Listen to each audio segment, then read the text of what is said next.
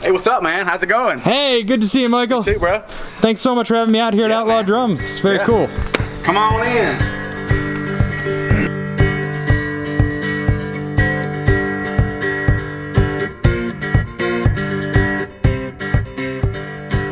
Hey everybody, Christopher Ryan here. Thanks for tuning in to another episode of Up Close, the series where I take you up close and personal with the people, places, and gear that are redefining the modern music industry. Now today I am down in Sylvester, Georgia at Outlaw Drums, which is a custom drum manufacturer, and I am lucky enough to be joined by the owner of Outlaw Drums and also a drum maker himself, Michael Outlaw. Thanks for having me out here, Michael. Hey, no problem.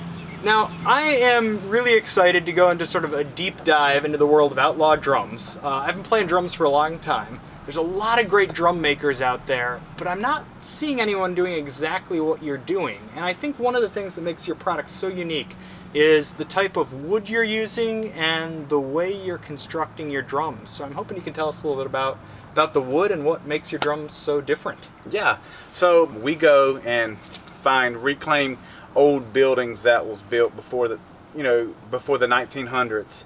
A lot of these old buildings are what you call virgin heart pine, and basically it's kind of wood that looks like this. It's just really old heart pine, and most people think it's garbage and trash, but what we do, we get that wood and denail it and take it back to the shop and basically construct drums out of it, one drum at a time. We've built drums out of basically any usable lumber. As far as we made drums out of old dressers, we made drums out of old tobacco barns, pig fences. Yeah. People just send us some random stuff that we make our drums out of, and we'll glue it up, mill it, make it perfectly round, and build percussion instruments out of it. It's got black walnut, purple heart.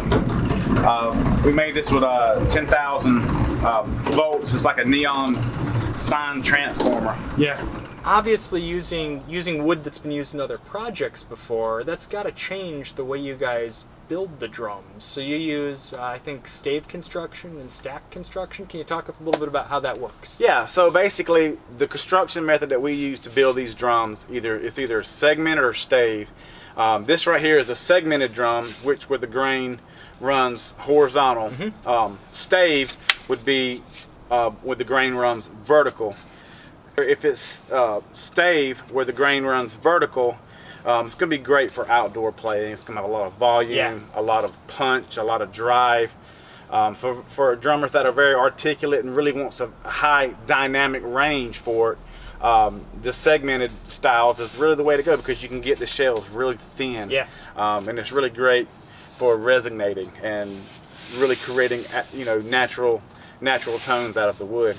And that is a really good point, that you may actually get a thicker density in the grains of this wood. That's definitely going to affect the tone, as anyone who's a musician knows that the wood you use is going to affect tone. Yeah. So that's a very cool concept. Well, speaking of tone, obviously we can talk all we want about the look of these things, but none of that matters unless they sound great. And I had the privilege of hanging out and playing some of these Outlaw drums earlier. We're going to show you a little bit of footage of that now.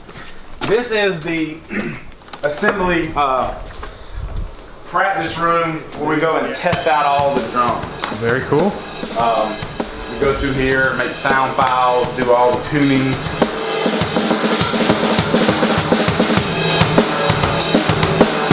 And obviously these things sound awesome.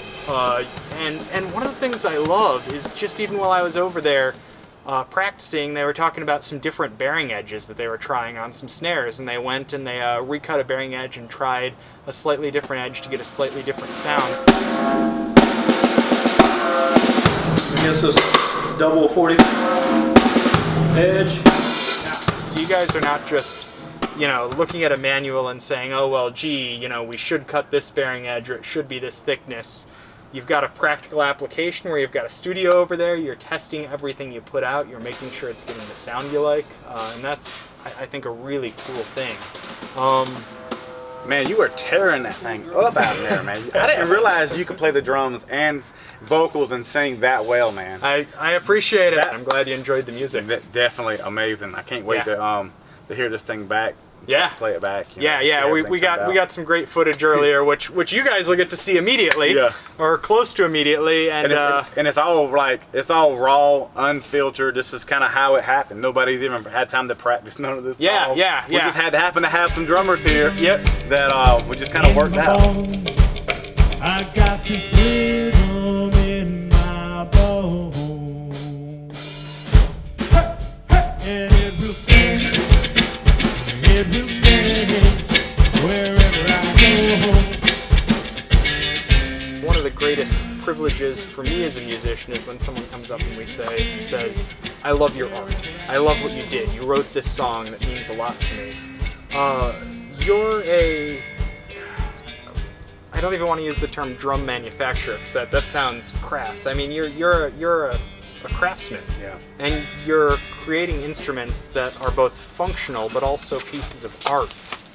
And I know how it feels when someone talks to me about my music. I'm curious for you, how does it feel when you see one of your instruments sitting on a stage, or when you have someone who's, a professional musician who says, I want one of your instruments, I want this sound, I want this look, I want it to become part of my art. Yeah. What does that mean to you? It definitely means a lot. I remember the very first time that probably the first handful of drums that we've made, and we started to kind of really start toying the idea around of making some custom drums and starting a business. I think it was a Christian artist that was playing locally, and I went to the show and was just going to give him a drum. Yeah. Just give him a drum. So I went down there and went to the back and gave Leaf Scartland,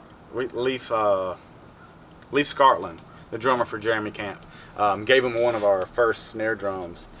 And he loved it, and he was like, dude, this is amazing. He played it on stage, and it was a big venue, and it was a big deal for me. Yeah. And I knew at that very moment that this is really what I was wanting to do. Yeah. This is it. Very cool. Well, I cannot thank you enough for bringing me out here, showing me your property. Yeah. If people are interested in getting some Outlaw drums or finding out more, I know they're available through Guitar Center. So if you're in the USA, there's a lot of guitar centers around, which is awesome. But is there a website people can check out? Yeah, it's outlawdrums.com. Cool. It's Outlaw Drum on Instagram. Yep. And Outlaw Drum on Facebook. Google Outlaw Drums and Sweet. find something on it. And we're going to make sure we get a link to their Facebook, their Instagram, their website down in the description below. As always, my name is Christopher Ryan. You can check out me, what's going on with my music and my world, over at ChristopherRyanMusic.com. Dream your life and live your dream. Have a great day. I got this rhythm in my bones. I got this rhythm in my bones. And it will stay,